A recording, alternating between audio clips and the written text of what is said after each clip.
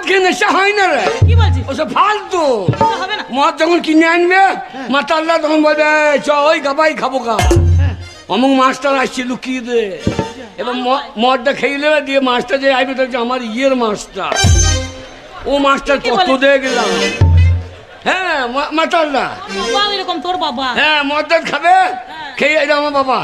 সেদিন স্কুলে মেয়েগুলো আসছে তখন এমনি করতে হয়।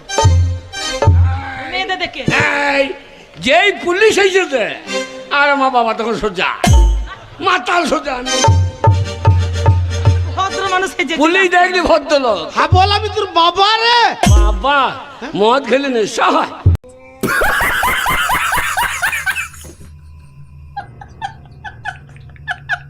কে ডাকাটা? ও বলি শোনো ভাই, হ্যাঁ। এখন তুমি বাড়ি যাও, এখন তোমার দাদা বাড়িতে নেই।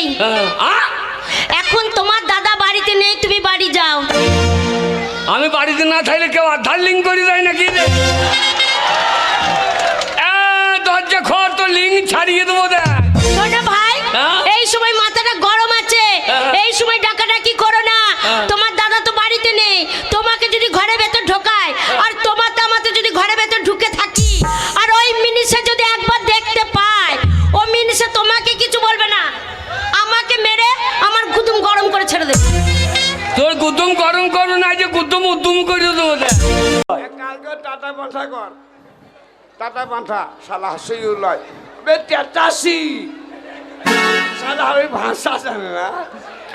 তেতাসি কে বলছি তেতাসি। তুই ইয়ার সঙ্গে বলছিস তুই কি বলছিস? তেতাসি ট্যাটাসি নয়, ট্যাক্সি।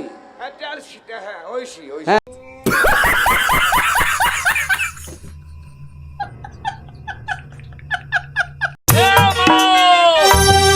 মারে মা দরজা খুলে দেখ তোরে হাবল এসেছে,